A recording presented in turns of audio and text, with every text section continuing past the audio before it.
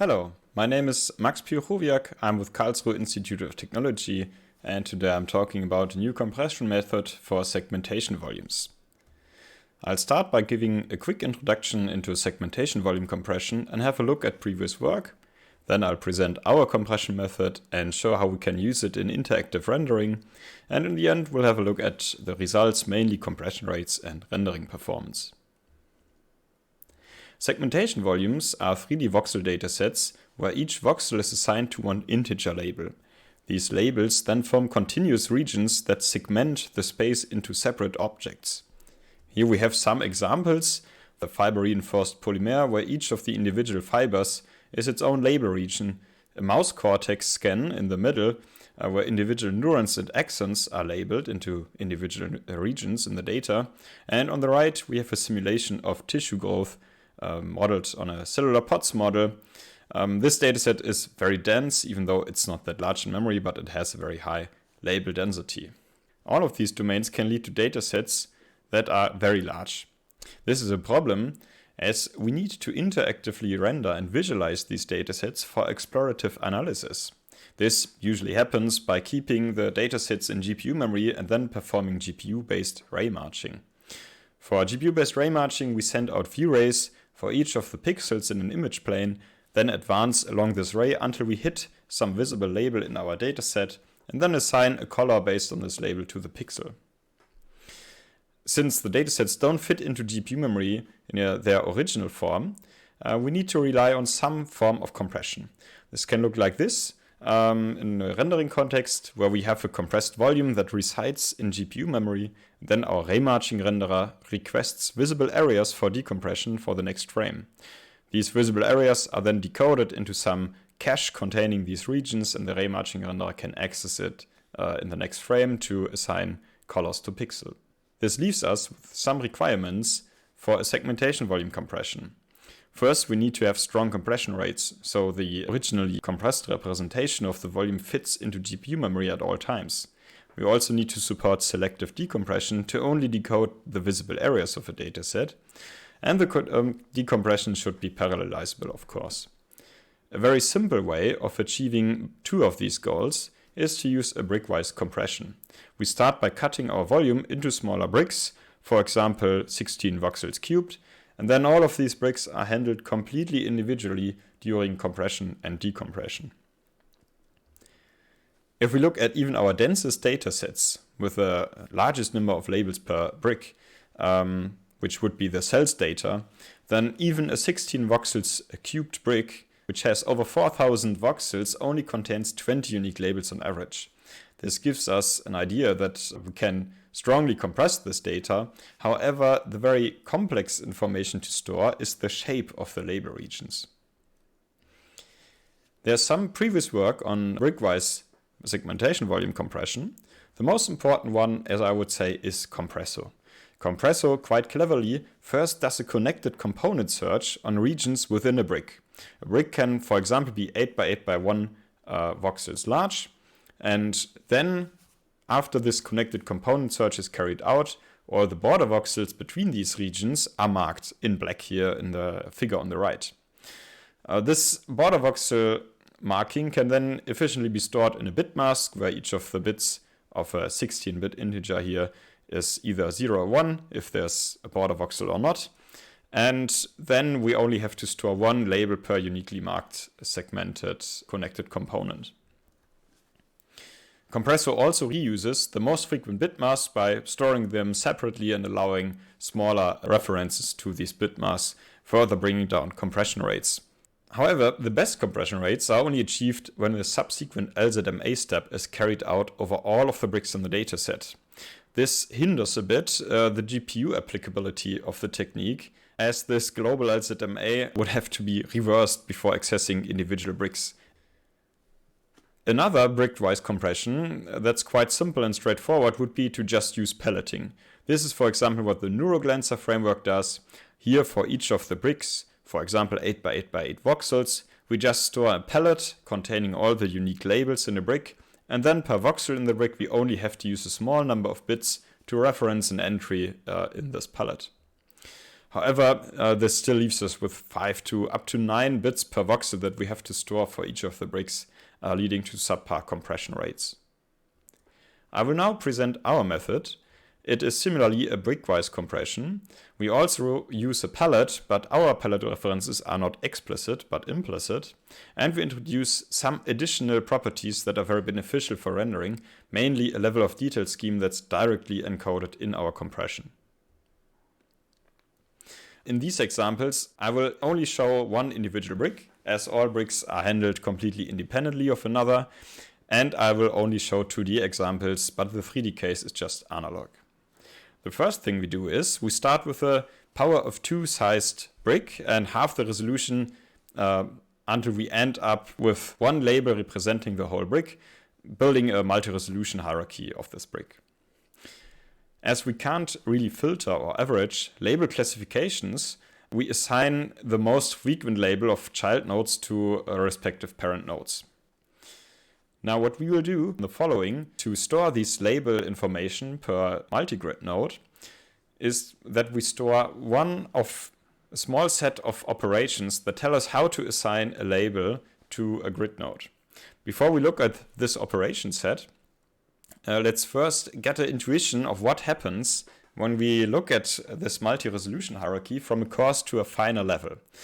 If you look at any coarser parent node that is split up into 8 child nodes, there are basically 3 cases that can occur for the finer nodes. The child node can have the same label as the parent, thus means that the label stays the same, which is the case for these nodes here. As the parent nodes have the most frequent label of its child nodes, this happens quite often.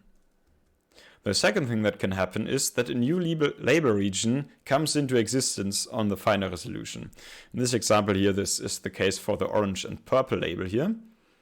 And this usually happens for regions that are just too small to be represented in the coarser level before, and therefore just come into existence into some finer level. The last thing that can happen is that existing coarse regions merge at the border into each other on the finer resolution. Here, if you look at the coarse parent level, the yellow regions here merge to the left in the finer level. So this yellow region grows some arms into the regions on the finer resolution. We can see that in a bit more detail here in this example. If we look at this node here in green, then on the finer resolution, the yellow neighbor merges into it. If we then look into this yellow node here, go one resolution refinement further, then we can see that the green region again travels back into this newly formed smaller yellow area. And this iterative refinement process continues on and on until we reach the original resolution and have refined the border between label regions until up to the finest resolution. I will now introduce some operations of which one of those is stored per multi-grid node, and these operations map directly to these 3 cases that we just saw and tell us how to assign a label to any grid node during decompression. The first operation that we can store for grid node would be to just reuse the parent label. This is for the first case where the child node just has the same label as the parent, and it happens quite often as the parent by definition has the most frequent label of its children. The second set of operations that we introduce allow us to copy the label of axis-aligned neighbors within our current level at which we are decompressing. This allows us to encode this behavior of merging of regions at their region borders. I will represent this here with small little arrows. As this merging of regions usually happens only at the border between the coarser blocks, we only allow neighbor references outwards of these 2x2x2 blocks where all children have the same parent node. This allows us to have a smaller operation set, and in the encoding we would only store the axis along which we want to refer to a neighbor, and then we implicitly decide if we want to copy the label of the neighbor to the left or to the right, for example. The last set of operations is used for all other cases where we can't copy the label of a parent or from an axis-aligned neighbor. Of course, this also are these cases where a new label region comes into existence on some resolution. For these cases, we again introduce a palette to each of our bricks. But this time we do not store explicit references to our palette, but instead just the single operation that tells us to read the next label from a palette, and then a palette top pointer is advanced by 1. For the next time we encounter this operation, we just do this again. We copy the current label at the position of the pointer and advance this pointer by 1, and so on, for all of the grid nodes where we couldn't copy any neighbor or parent label. However, as we do not have any way of explicitly encoding positions in the palette, it can happen that we introduce duplicates into our palette. Here for this green node, we would have to add another green entry, as we are not allowed to reference axis aligned neighbor within these 2x2 blocks here. For these cases, we allow back references within the palette. So we just store this operation here, followed by some entry delta that tells us how many steps to go back, and then we can do a simple back reference. These back references require fewer bits than an explicit duplicate of an entry in the palette. This is basically the full encoding. I will now quickly also talk about how we store it in memory. First, we order all of our grid nodes from coarsest to finest level and then along a Morton Z-curve. And then all the encoding and decoding happens in the order of this curve, and we also store the entries for all of the grid nodes in memory along this curve. The final memory layout is very simple. Each of the grid node along this ordering curve stores its label assignment operation. This is one of the small sets of operation, and we also store one additional bit per grid node that tells us if at any point we should stop the subdivision of this area. As you can see, some of these nodes here are just constant in the finer levels, so we do not have to split them up anymore. We also do not have to store any operations or further information for the finer resolutions. So we just mark these nodes here on the parent level and skip all of their children in the finer resolutions in the encoding and also in memory layout. The final memory layout is then a stream of 4 bits per existing grid node in our encoding, 1 bit to potentially stop the subdivision, and 3 bit to encode this label assignment operation per grid node. However, this is still too many bits per grid node. We want to further decrease this. And if we look at the distribution of operations, we can see that this is, for one, fairly constant over different data domains, and even more constant so within a data set over different bricks.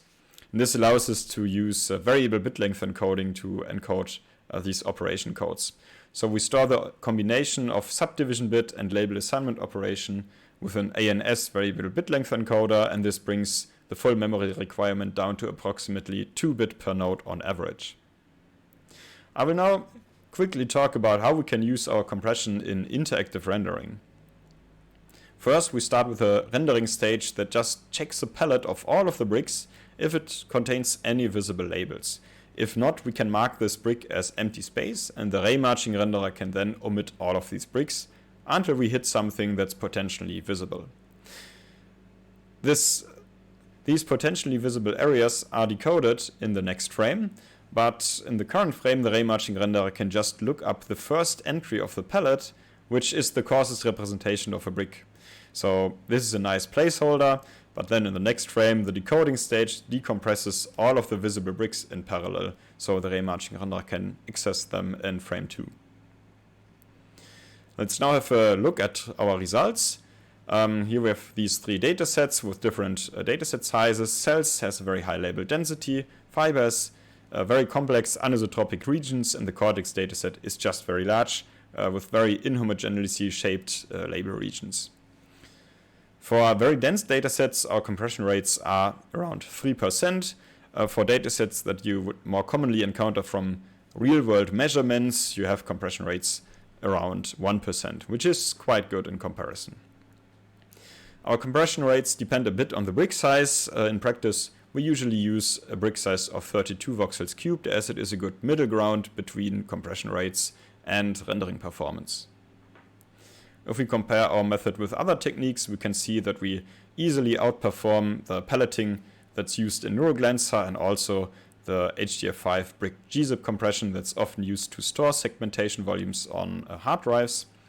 In comparison to Compresso, when Compresso is used with a subsequent LZMA step, we achieve similar or better compression results, but remember that this makes the representation of Compresso very hard to be used in an interactive renderer or even impossible. So if Compresso is used without the global LZMA afterwards, our compression rates are much stronger in comparison. The final rendering performance is interactive for all our datasets on a middle-class GPU. Since we only have 8 GB of video RAM in our setup, the Cortex dataset still does not fit into memory in the fully compressed form, so we have to introduce some CPU to GPU streaming again. Also, this very high maximum frame time for the Cortex dataset is because our cache can build up fragmentation, and to remove it we would have to reside to rebuilding the cache, leading to single spikes in frame times in some cases. Here we have a very hard stress test for our rendering framework. Here we have a data set with a lot of partial visibility, so basically all of the bricks in this data set have to be decompressed at some point. And as you can see, we have an expectedly high decoding demand in the second frame, but afterwards ray marching and decompression performance averages out, and yeah, we have fairly interactive frame rates again. As a conclusion, I showed you a compression method for segmentation volumes that offers compression rates better or close to state-of-the-art methods. At the same time, we introduced some rendering-friendly features, mainly this level of detail scheme that's directly encoded, and this allows us to perform interactive GPU-based rendering of very large segmentation volumes. Main limitations are that at this point we don't have any color filtering for coarser levels in our multi-resolution hierarchy, and we can't decompress individual voxels in a brick. We always have to decode a full brick up to some certain level of detail. If you have any questions, feel free to message me via email or have a look at our website, and thank you very much for listening.